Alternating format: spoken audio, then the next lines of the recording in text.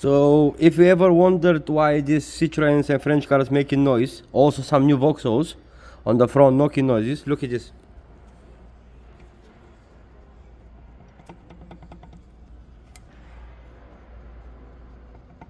See? Oh, this is moving.